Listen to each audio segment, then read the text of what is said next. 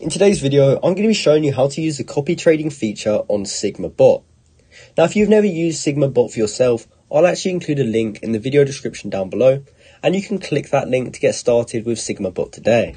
Now, once you've got your bot set up and you've got SigmaBot open, the first thing you want to do is just type /start. When you click enter, you'll see this start interface, and we want to look for this option right here which says copy trading.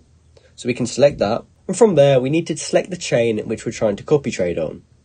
Now, I found an address on Base which I'm going to copy trade, so I'm going to go ahead and select Base right here.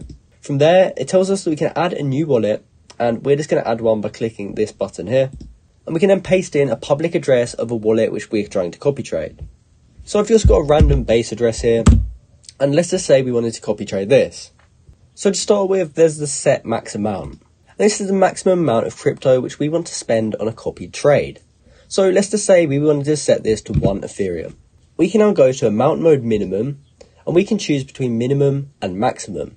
Now, because I've got my max amount set to 1 Ethereum, if I also set this to max, it means the most that we can spend is 1 Ethereum per trade. So that means even if the person that we're copy trading spent 0.5 Ethereum, we would still spend 1 Ethereum because that's our max amount and we've chosen max. Whereas if we chose minimum, it would set it to the smaller amount. So if we use that same example where the wallet that we're copy trading buys 0.5 Ethereum, if it's set to minimum, it will also spend 0.5 Ethereum.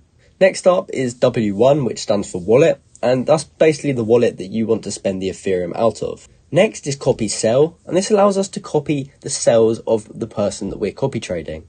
And we can also change the percentage as well. So if we set it to 90%, for example, that means if the wallet that we're copy trading sells all of their tokens, we'll only sell 90% and we'll have some left over. From there, there's also take profit and stop loss. And take profit can be used to automatically sell when it reaches an amount higher than when you bought. And stop loss sells automatically when it reaches an amount lower that you bought.